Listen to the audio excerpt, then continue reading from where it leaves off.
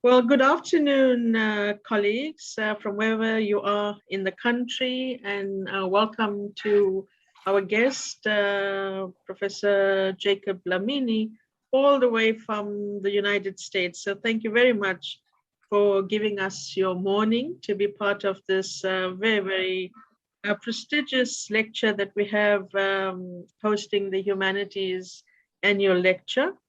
But before I steal the thunder of my president of the ASSAf Council, Professor Jonathan Jansen, I will now hand over to him to do the formal welcome and introduction. So get on board, everyone, and let's enjoy the ride sure to come. Thank you, and over to you, Jonathan. Thank you very much, Shimla, and welcome to everyone on board today. The annual Humanities lecture of the Academy of Science of South Africa, or ASSAf, is a high point in our annual calendar. And so you can imagine how excited I am that we have such a distinguished scholar to address us on this occasion. The lecture was inaugurated in 2017 by Professor Njabula Ndebele with a contemplation on Steve Biko. More recently, 2019, Professor Crane Soudin addressed the topic Archives, Scholars, and Bureaucrats. And in 2020, last year, we had the science journalist, Angela Saini, to speak on race science and its return in the public sphere. And so tonight, as you know, we are honored to have a historian of South Africa to address us in the 2021 Humanities lecture. Now, in preparing to introduce Professor Dlamini, I was fascinated by the fact that there's a number of things that don't add up in his CV.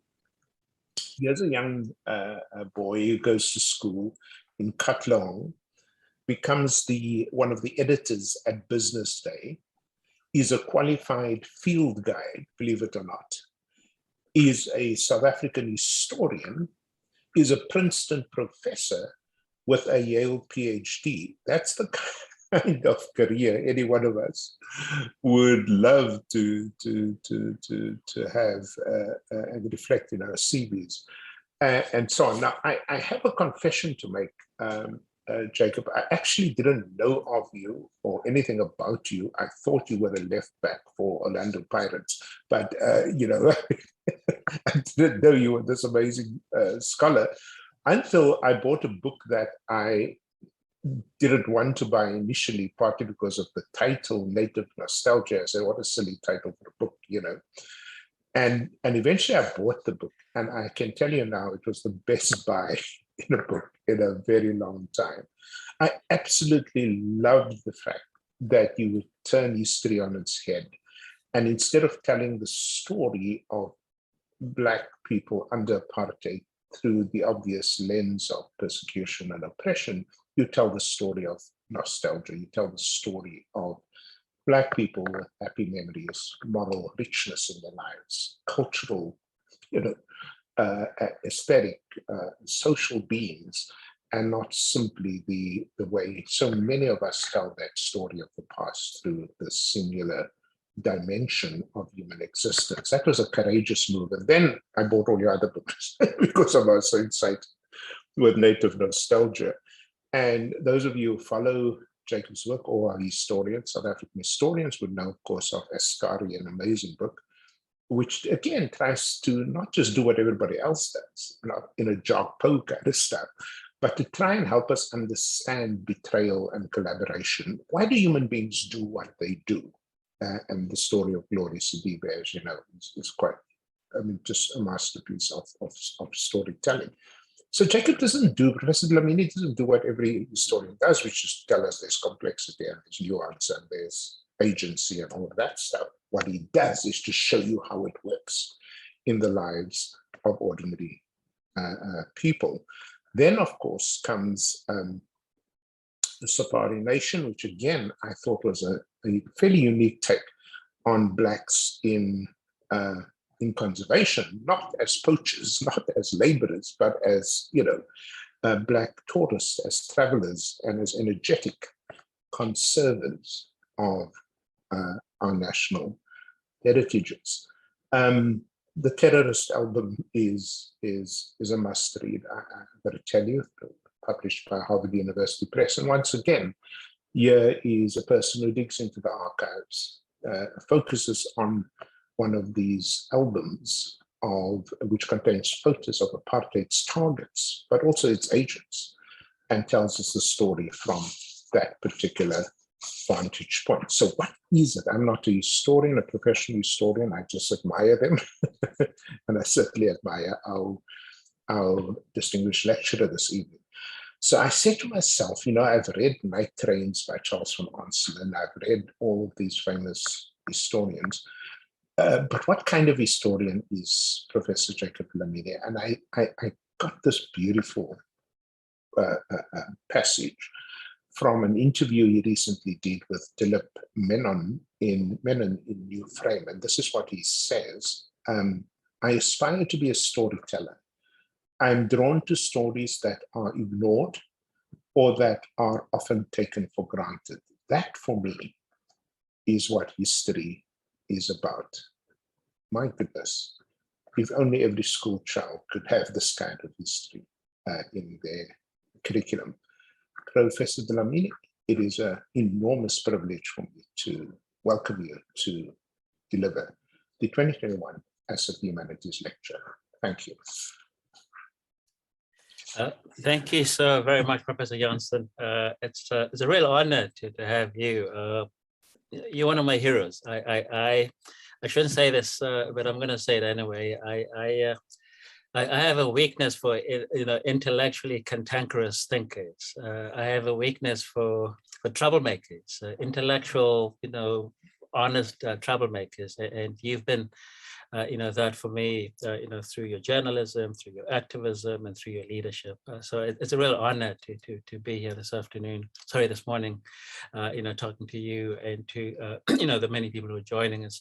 I should also thank Professor Sujil, whose work on genetics and prehistories has been something of a touchstone for me for quite a while. So I should thank you both for your generous invitation to give this talk.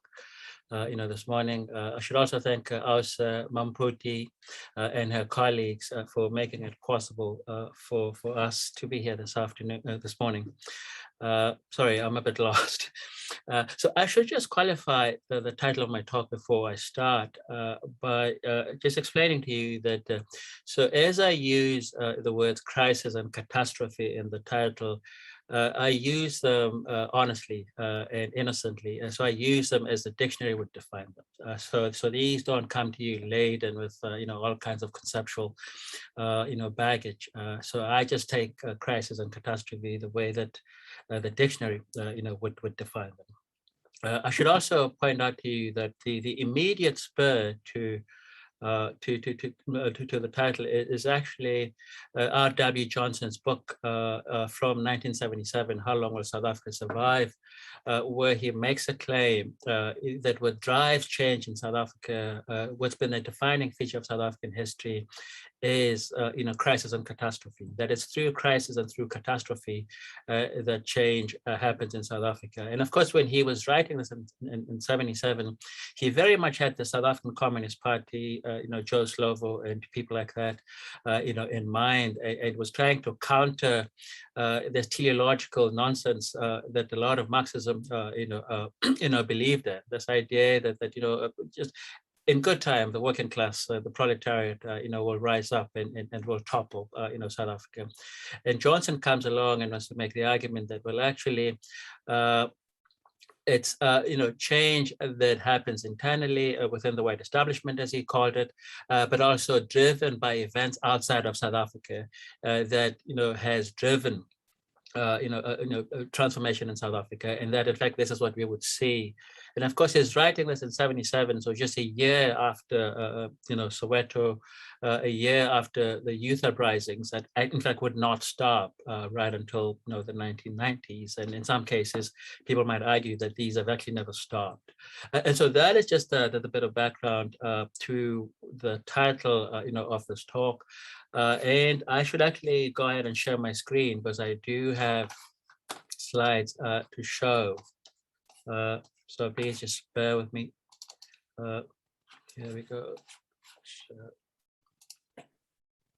Yeah. So crisis and catastrophe, the motto of South African history, ? Is this what drives, South African history?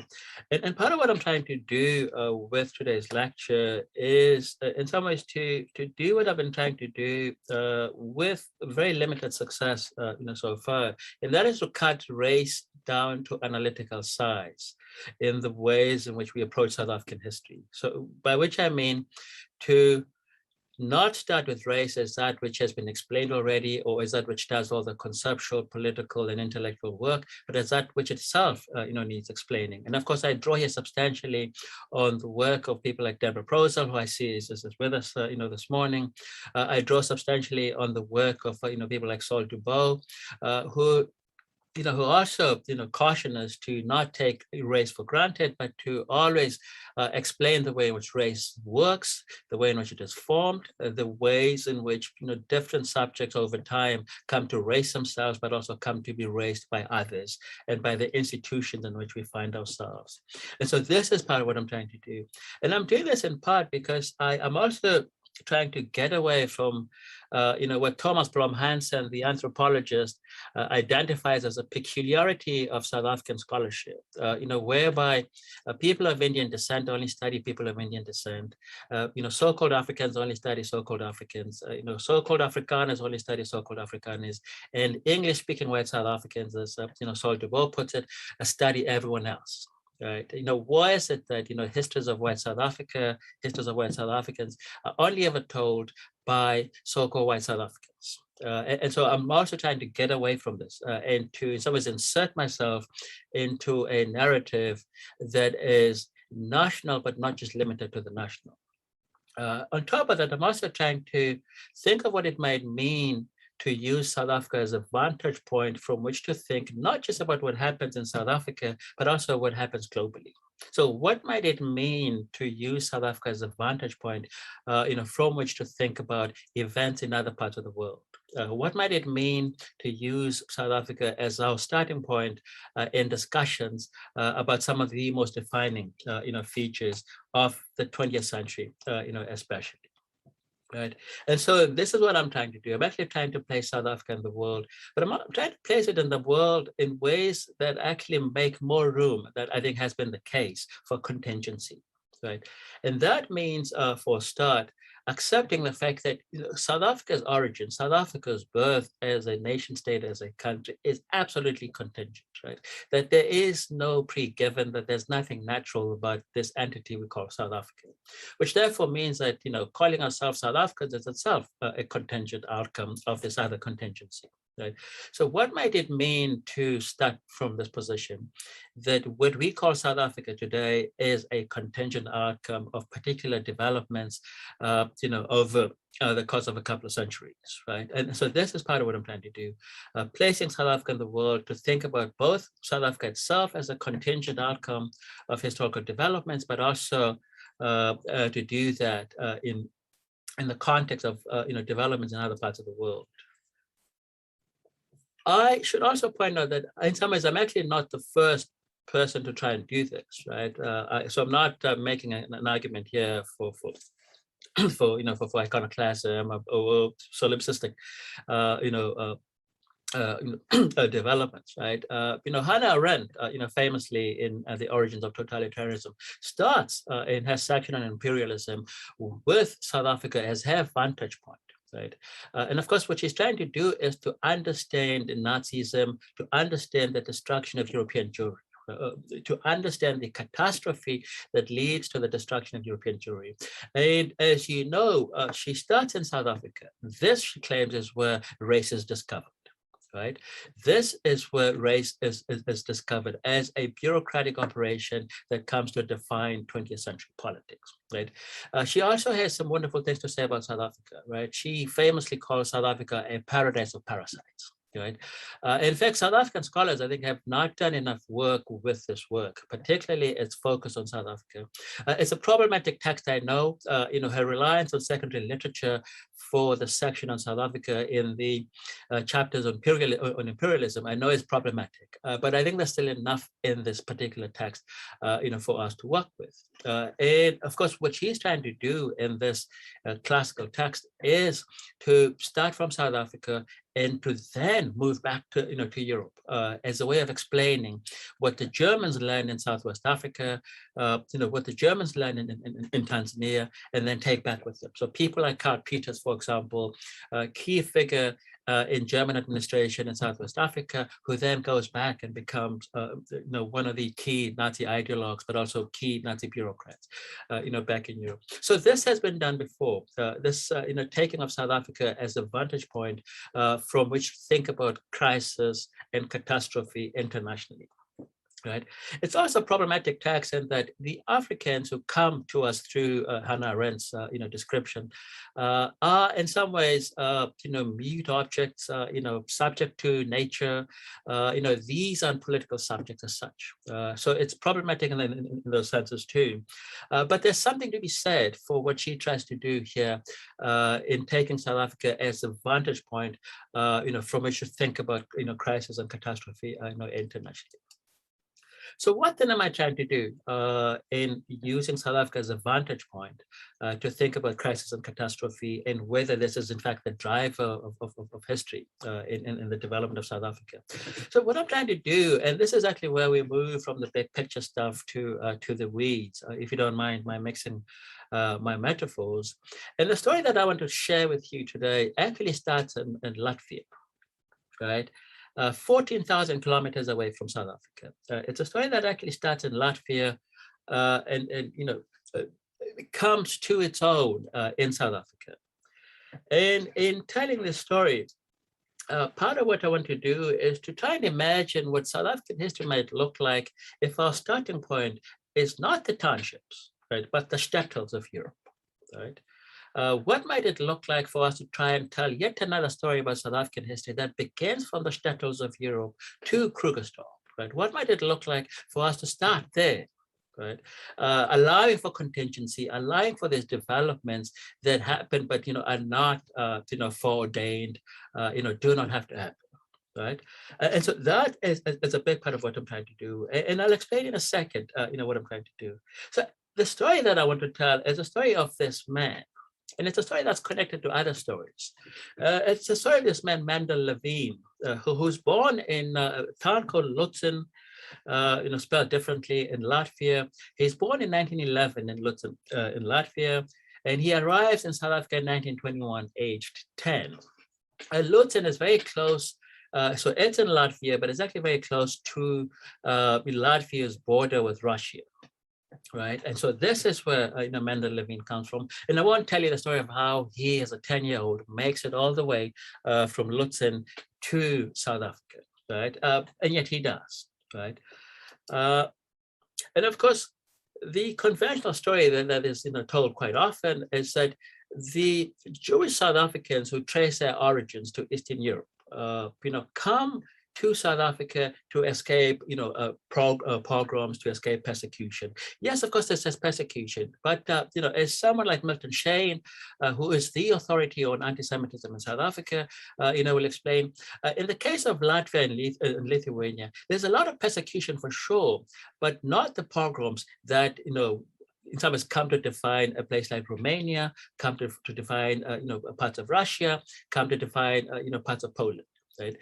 So what Mendel Levine is escaping from as a 10-year-old, and I'm still digging into the story to actually just flesh it out more. What he's escaping from is economic want. right? He's escaping economic war. So it's less the pogroms, right? Because these aren't a defining feature of Latvia and Lithuania, but more the economic distress, right? So this is what he's escaping from. And this is a photograph that comes to us from the Holocaust Museum in DC. And it's the outside of the ghetto in Riga. Right. This is where Jews were confined, and of course, this is long before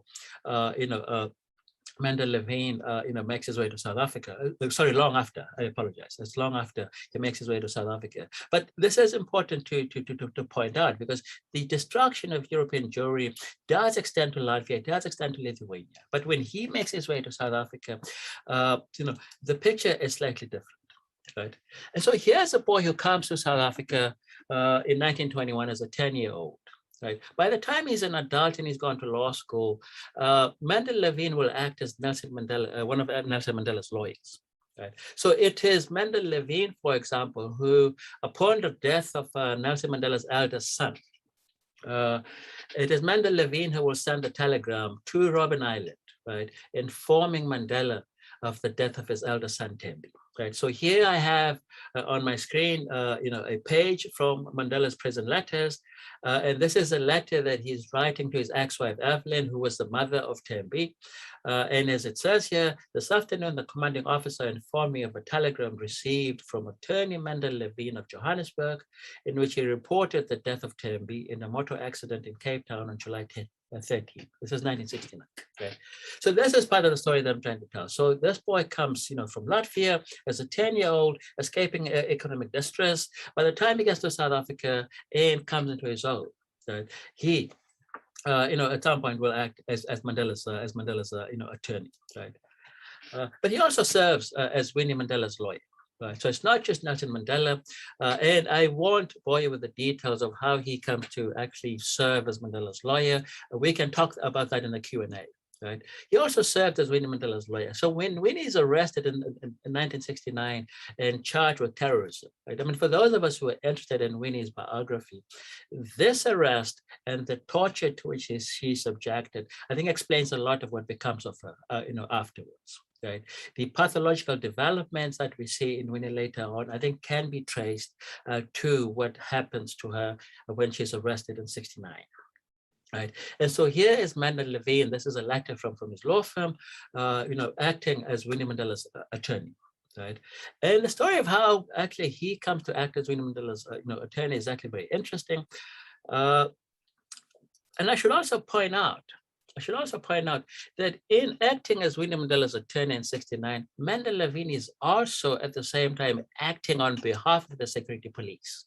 Right? So not only is he acting as Winnie Mandela's attorney, he's actually doing this at the behest of the security police. And why would he do this? His own politics has a lot to do with it. Right. And we can talk about this. His own politics has a lot to do with it. But the security police have one interest, and one interest only, in having Mendel Levine serve as Winnie's attorney.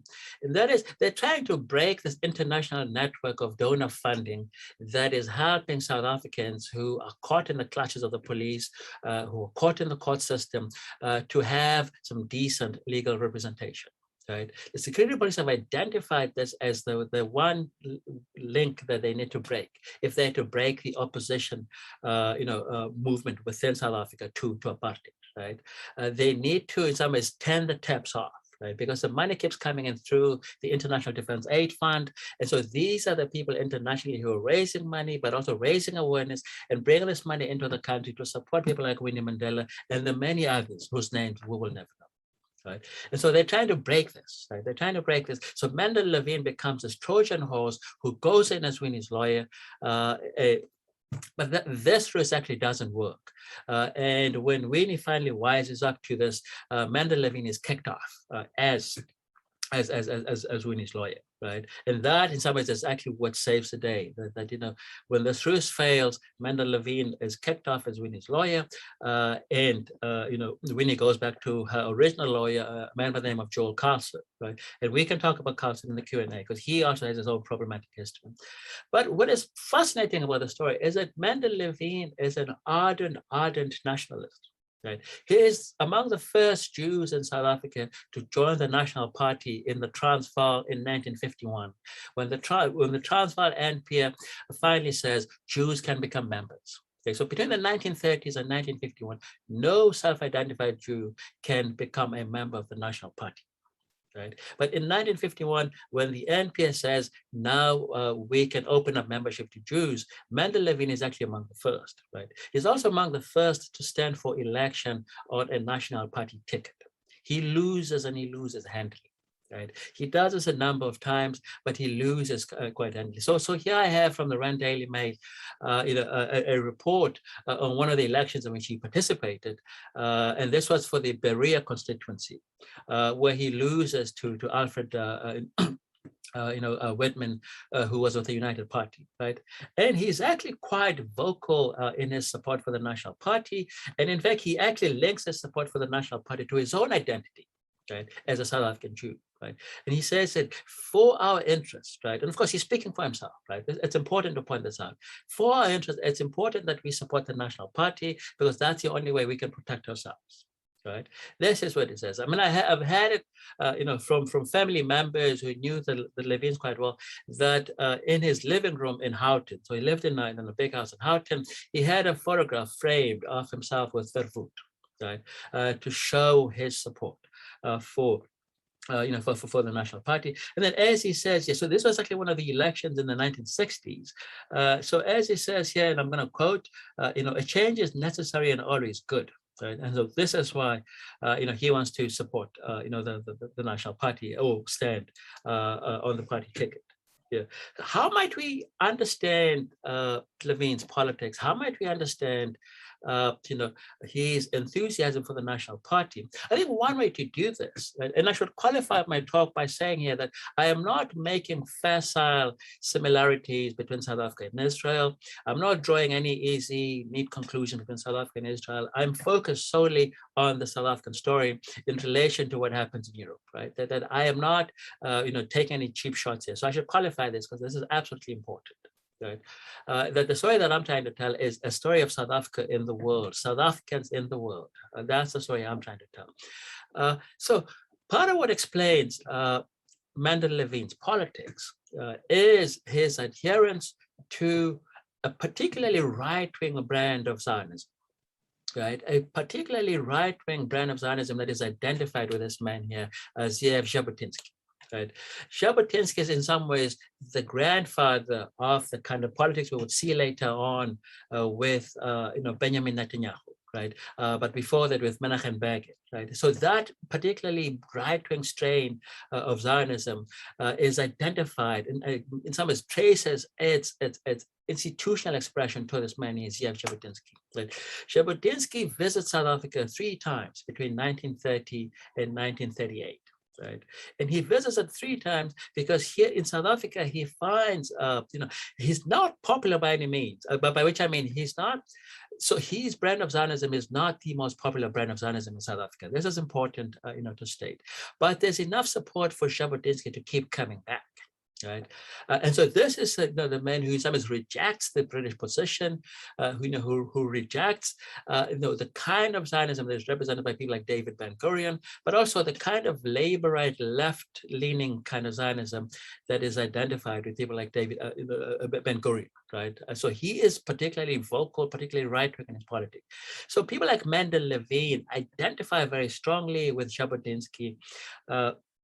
And actually use this in some ways to justify, but also to mark their own support for, for apartheid, right? This is absolutely important.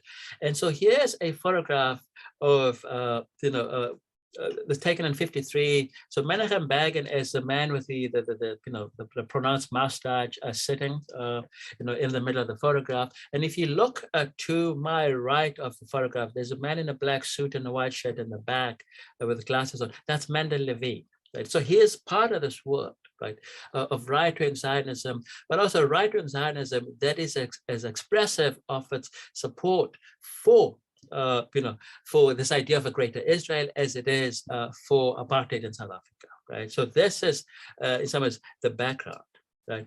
But I mention all this as a background to a much bigger story that I'm trying to tell. And the story that I'm trying to tell actually is not about Mendel Levine himself, but actually about his son, Aubrey LeVine, who is born in Johannesburg in 1938. Right? And Aubrey LeVine is actually fascinating because he, in some ways, has come to be identified with some of the worst aspects of the history of the South African Defence Force, right? So Aubrey LeVine was between 1969 and 1974 the head of military psychiatry, right, in the SADF, right? He starts out as a commandant, and actually by the time he retires in 74, he retires as a colonel, right, in the South African Defence Force, right? And in his time in the South African Defence Force, Aubrey LeVine was, so that's him there, leading one of his, therapy sessions. So in his time in the South African Defence Force, he would come to be identified with the use of so-called shock therapy against, recruits or conscripts caught using, dacha and other drugs, and especially against, recruits or conscripts who, were either self-identified, or gay or accused or suspected of being gay. And of course, this is in scare quotes, right? These were his twin obsessions, right? Homosexuality and, recreational drug use. In fact, he writes his thesis at the medical school at the University of Pretoria on recreational drug use in the South African Defence Force, right? It's also very significant that Mendel Levine, even though they live in Houghton, Johannesburg, Mendel Levine, who himself had actually gone to Wits University, right, chooses to send his son Aubrey to the University of Pretoria, right, where he is active in both Zionist circles, but also in conservative student circles, right? So this is actually quite significant. And some of what he does, right? And so this I actually won't go into detail about, but this is actually part of the story. So some of the work that he does, so some of this bush therapy that Aubrey LeVine, is responsible for, takes place in what's called the asphalt military base. Right? And this actually, for those of you who are familiar with this is actually is in what we call Mapungubwe. Right? So Mapungubwe had within it a restricted military base. Right. And the military base is where the Defense Force would, between 68 and 1978, when the base was shut down, would send so-called problematic conscripts. Right. So it would send them there. So drug use, they didn't quite like your religious background, but they weren't quite sure whether you were straight or gay. They would send you to Greifswald. And so this is where some of the abuse for which Levine, is responsible or has been accused, takes place, right? And so I'm in conversation, and we can talk about this in the Q&A, with men who were subjected to some of the torture that Levine was responsible for. And this is another subtext to the story, talking about international, connections, that actually I want to discuss here, the role of archaeology in telling this kind of story, right? The relationship between Greifswald, the military base, and the fact that in Mapungubwe itself, as a historic site that in some ways connects us to other parts of the world, right? And so that is a big part of the story. And so this is actually a still from a documentary that is produced by the Associated Press sometime in '72, and it's actually at Greifswald. Because the mission of Greifswald was to transform and to reform problematic, conscripts, right? To actually turn, these men who, in the words of the head of the military services and the Defense Force, were waste, right? A waste of white bodies, to turn this waste of white bodies into productive men who would actually defend the Republic and who would defend apartheid. Right? This is part of, of what happened here. Yeah, and I should also point out that the story of Aubrey LeVine has not been resistant to telling. Right? So people have, told the story in different ways, and what you see here is a fictionalized account, from a wonderful documentary called "Property of the State," of some of the, therapy that Levine would offer in the Defense Force, and afterwards. All right, and of course, to the left is the machine that, according to Property of the State, is similar to the kind of shock machine that Aubrey, LeVine would use. Right. Speaking of story that has been told before, just not in the way that I'm trying to tell it here. Levine has also been questioned. So here's a Mail and Guardian piece from 1997, where Gustav Thiel, the journalist, confronts Aubrey LeVine, and of course he denies the charges leveled at him, and wants to make a different argument that I only gave him drugs, right? This, of course, is disputed by the man that he tortured at Crestfield and in other places, right? And so this then is a story that I am trying to tell. And I'm trying to tell the story, as I was pointing out, earlier, in ways that actually allow us to cut race down to analytical size. So to go back to Mendel Levine, the 10-year-old, how does Mendel Levine, move, from Europe, and come to South Africa and come to be, a white person, right? So how does that process take place, and how are we to understand this, right? So how are white South Africans made, right? And it seems to me that the Defense Force, right, which is actually the one institution, if you think about it, that brings together different kinds of white people, right? Lebanese, Coptic Lebanese, right? People from other parts of North Africa, right? Brings together, people of say, Dutch descent, people of French descent, people of British descent, that brings them all together. It's the one institution that I think lends itself to precisely this question, right? How do white South Africans come to be white South Africans? Right? Because it's not something that we can take for granted. It's not something that we can assume, that we know, of course, how white South Africans become white South Africans, right? We know something about the bureaucratic processes, but culturally, socially, how does this process take place? How does it happen? Right? And the Mendel Levine story, the Aubrey LeVine story, is to me important because I think it allows us to see this. Right? It allows us to, in some ways, to check and chart the ways in which a group of people from Europe, come to South Africa and over time become white. Right? And this was not a given. And in fact, as some scholars have pointed out, in the early days, so the mass European migration by people of Jewish descent actually is between 1880 and say the 1930s, right? So that's when the bulk of people come to constitute Jewish South Africa, move to South Africa. And in the early days, Hebrew in official documentation is actually identified as a race. Right. So the idea that you have, different races, and that among those is a group called the Hebrew, right, meaning people of Jewish descent. Right. But over time, of course, this disappears, and white South Africans come to be white South Africans. Right. And what I want to argue, and what I'm trying to work out here, is how this process happens and what takes place here, to allow for this to be the outcome, right? To actually to give us a Mendel Levine who's not just an ardent Zionist who believes in the idea of a greater Israel, right? But is also an ardent apartheid supporter who will become among the first Jews to join the National Party and will actually use this to determine his politics and to work quite willingly with the security police, violating his oath as a lawyer in the process. And so this is the story that I'm trying to tell. And I should end here because I'm quite keen to hear what questions people might have. Thank you.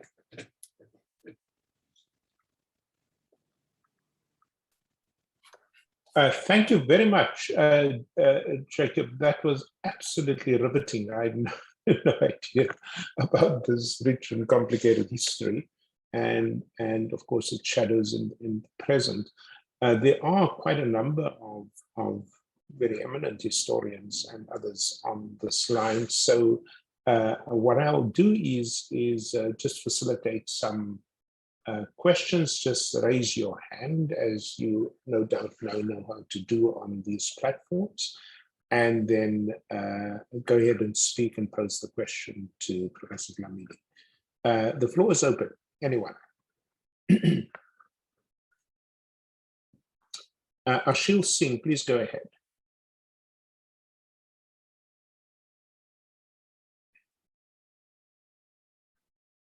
Ashil, are you there?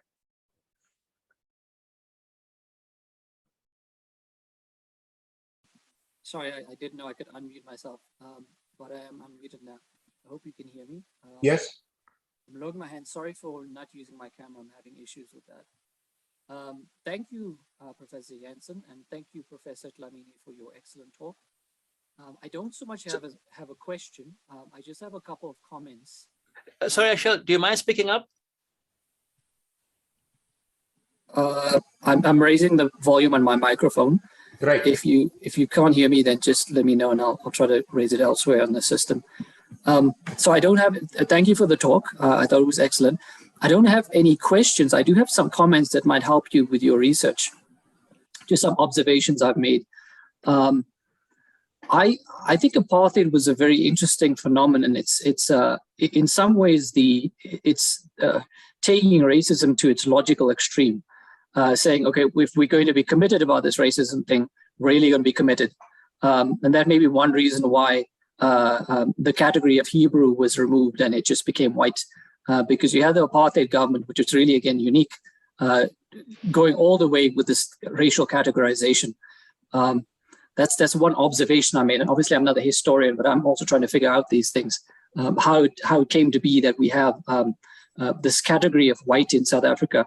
And I'm thinking about it because I spoke to a Jewish friend the other day, and we just were chatting, and we remarked on how in the US, there are tensions between different groups, and one of the groups that is often ostracized is Jewish people. And I observed that it doesn't seem to happen in South Africa, and we both had a moment wondering why it doesn't happen in South Africa. And you actually told me something I didn't know today, that there was a category of Hebrew as a part, separate from white. And I'm suggesting that it might be just this extreme version of racism that the apartheid government tried to implement, where they say, okay, let's make this category of white and put in everybody who looks like that sort of thing. The other thing that came to mind was the military example, and I think you were suggesting the SANDF as one of the possible mechanisms via which whiteness was created in South Africa, at least in apartheid. It struck me listening to that the military might be a later level of analysis. A more primary level of analysis is the human tendency to form moral tribes. So you find someone coming in from another country, coming to South Africa, and they have this tendency to want to fit into a moral tribe, and they just happen to land into the military, say, and that military just becomes a later, it's a later event in this fundamental human tribalism, let's call it.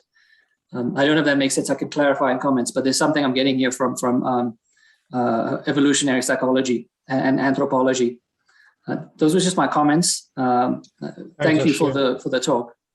Thanks very much, Ashil. Jacob, any reflections on Ashil's? Actually, yeah. So Ashil, thank you for those observations. I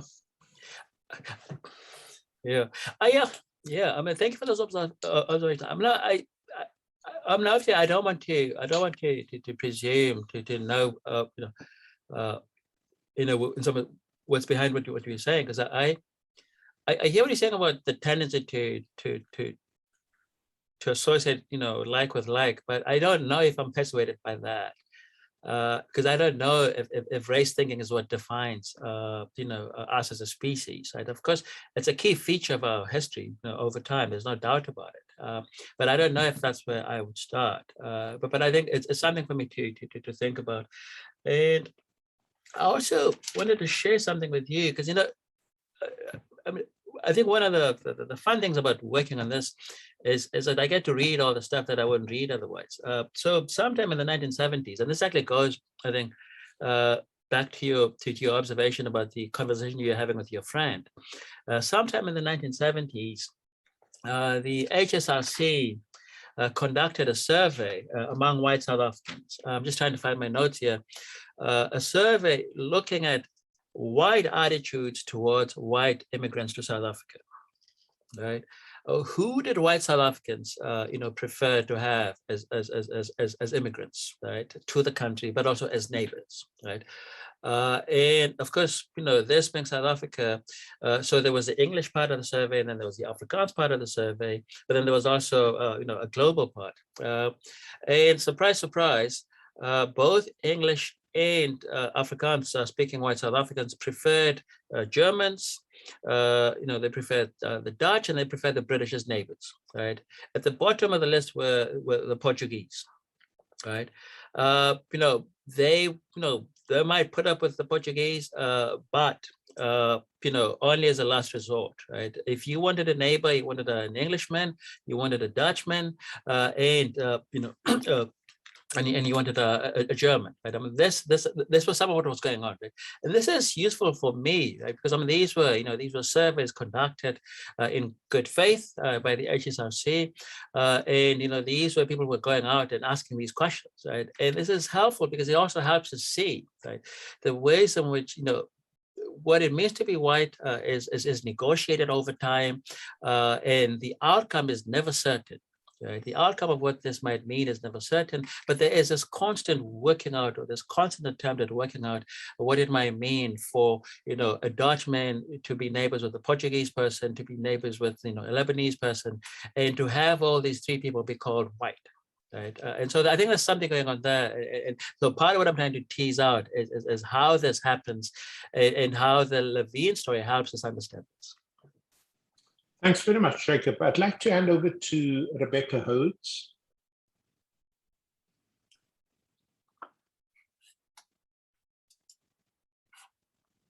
Rebecca, you there?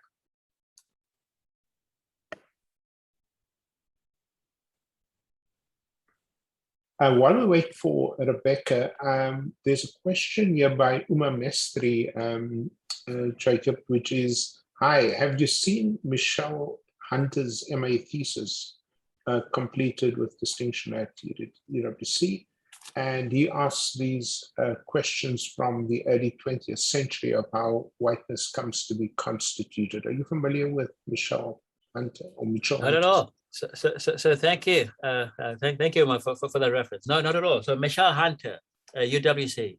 UWC, yeah. Oh, excellent. And then Juliana Pistorius asks, could there be parallels with the government's practice until 1952 to describe white Afrikaans and English South Africans as belonging to different races? Any thoughts? Wait, sorry, I missed the question. Are there parallels with the government's practice until 52 to describe white Afrikaans and English South Africans as belonging to two different races? So I mean, I certainly think that there's a connection, and of course, I'm blanking on her first name, but Peabody, who's done work on history of migration, and migration policy in South Africa has actually, I think, shown this, quite well, because I think what we see over time in South Africa is a move away from this insular notion that for you to be white, you have to be Afrikaans, right? Or this idea that over time whites in South Africa will all become Africanized, right? To this much more open idea, that in some ways is aiming at this big tent approach to what it means to be white, right? And of course, part of what drives this is this demographic, fear, right? That the natives aren't disappearing, contrary to all kinds of predictions. If anything, the black, numbers are just going up, and therefore you can't afford to be nitpicking over who's Afrikaans and who's not, and you have to be much more open to the idea that there's a white South Africa that is separate from a black South Africa. So that you certainly see, and so I think Sally Peabody actually shows this, and I'm blanking on other references too. So there's certainly that going on. You also see it in the rhetoric that the National Party uses. That there's a definite change away from emphasizing Afrikaans and Afrikanerness as a marker of what it means to be a white South African, to emphasizing whiteness, right, as a political marker of who we are versus who they are. Right. If I can't, unfortunately, figure out how to see your hand if it's up, but if your hand is up and you're able to unmute, could you just go ahead and ask your question? Anyone? We have Rebecca Hoets. Hi, Rebecca. Could we get to Rebecca first? If she's able to unmute, yes. Hi, colleagues. Hello. Can people hear me? Yes. Oh, wonderful. Thank you very much. Thank you, Professor Jansen, and thank you, Jacob. I was spellbound by your lecture. I suppose my question comes back to the title And as you took us through the story, I couldn't help thinking about neuroticism and this notion that that Max Nordau, I believe, wrote about in relation to inferiors or racial degenerates in his wonderful canonical work on degeneracy among inter alia Jews in Eastern Europe. I'm wondering then, bringing us back to the title of the presentation, what kind of role modern psychiatry might have played in this imbrication of racial ideas and physical strength or mental strength, and then how that might relate and tie in quite neatly to this notion of perpetual crisis or our resilience to it from different dimensions. Yeah. I mean, Rebecca, actually, thank you very much. So I should also point out that in some ways, I mean, I'm trying to do a lot here. I know this, but one of the many things I'm trying to work on here is to understand how catastrophe crisis, as it applies to European Jewry, right? How that comes to shape the politics, the ways in which different people of Jewish background come to assume politics in South Africa, right? And what's interesting here, and actually Connie Groenewald I think remarks on this, and I just mentioned this. What's interesting here is that so the capital of Latvia is Riga, right? And so between the capital, which is actually on the west coast of Latvia, so this is in the Baltic region. So between that and the border with Russia, all the way to the east, so you have Lutzen, which is right next to the border with Russia, and then on your way to, so if you were to say drive, westwards, right, towards Riga, the capital, you will head to a place called Varaklan. Varaklan is a town from which Ray Alexander, the prominent Communist Party activist, came from. Right. And so one of the questions I have, and of course, I'm going to have to be careful here not to be too clever, right? Because I might just trip up. But one of the questions I have is, how is it that, Mendel, Levine, and Ray Alexander, who come from the same country, same sort of background. I think one of Ray Alexander's grandparents was a rabbi. I think Mendel Levine has something similar in his background. So how is it that these two young people end up in South Africa, but with a vastly different approach to South African politics? Right, but of course I don't want to do too much with this, but I think it's certainly worth pursuing. But to your question about psychiatry, and I'll say this very quickly because I'm sure there are more questions. So what makes Aubrey LeVine and his approach very interesting is that in some ways he's not unique. Right, he's not unique, because I think part of what I have to do here is to show what makes the Levine story exceptional. Right, but that also means being attentive to those parts of the story that are not exceptional at all. So the use of shock therapy, right, against people who are seen, to be struggling with their sexuality, right, that is actually not unique to South Africa. So Aubrey LeVine, in fact, is not inventing the literature. He's not making this up, right? At the same time as he's claiming, as he does famously in a letter to Parliament, sometime in the 1960s, that he can cure homosexuality. Psychiatrists in the US are claiming the same thing. Right? Psychiatrists in England are claiming the same thing. And then these are two prominent examples, right? So some of what makes him exceptional is not that in some ways he is, out on this medical safari doing his own thing, but that in some ways he's very much a part of the mainstream. Right. And also remember that DSM, the manual that in some ways identifies, and marks out what, so-called pathologies are, right? I mean, it still has, by the early 70s, still has homosexuality as a pathology. Right. So he's not unique. Psychiatry is interesting here because, as aberrant as what it does is, right? It actually is in some ways in keeping with developments in other parts of the world. And so this has to be a part of the story, that we're not isolated, we're not backward, but in some ways, emulating what people are doing in other parts of the world. Fascinating. I just want to get to a very interesting comment by a colleague, Lesli Swift, and he says, I'm wondering about the role of trauma and the fear of annihilation as a driver of collusion and reproduction of abuse. As a Jewish South African, I recall being told often to appease Afrikaners to avoid pogroms in West. So becoming white is both self-protective and reproducing of violence. Your thoughts, Jacob? Yeah, I mean, that's a great idea, right? And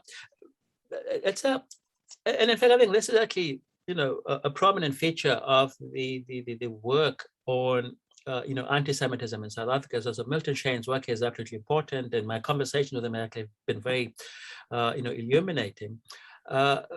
But at the same time, I want to be able to explain someone like Joe Slovo, right? So I'm not writing a Jewish history, right? It's a familiar story that is designed to help me see how whites come to be white, right? But also to do it self-consciously as a Black South African. And why is it that, only white English speakers can write about everyone, right? And then we just, keep to these so-called ghettos, right? To use a loaded term.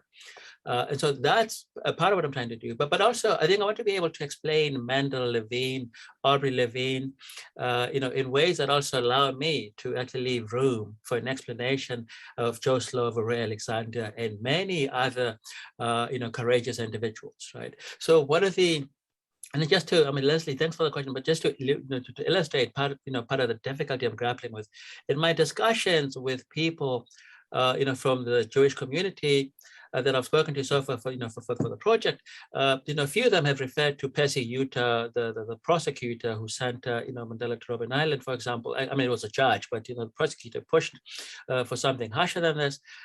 People have actually described Percy Yuta as a collaborator. Right, and I resist and I reject that label because I don't think it's helpful, right? Because to call Percy Yuta a collaborator, in some ways, is to presume that his Jewishness should have marked out a different kind of politics, right? And we know it didn't, right? But the fact that he chose to, in some ways, work with the National Party, I think, is a personal choice that has to be explained in his particular context, right? But not to have him be branded a collaborator, because I don't think he was a collaborator. Right, I think he had choices to make, and he chose to work with the National Party. Right, but to call him a collaborator is for me not helpful at all. Right, because it actually assumes that his Jewishness, should have actually done a different kind of work than it did, and I don't think that's helpful. Fascinating. Again, I can't see hands. Is there a hand of somebody? I know there's two hands up somewhere who is not yet spoken. Ashu, can I just ask? I can wait. Ashu, yeah. Yes. Can you wait, please, for others? Yes. Thanks. Anybody else? There was an earlier question about Jacob, about how you got to get information. What kind of information did you get on the family of your subject? Were there photographs, were there diaries, stuff like that? Yeah, that's actually a great question. Yeah, a question about sources. Yeah, so. Yeah. So one of my sources, so Aubrey LeVine was actually very prolific as a so-called scientist. So very prolific as a political player.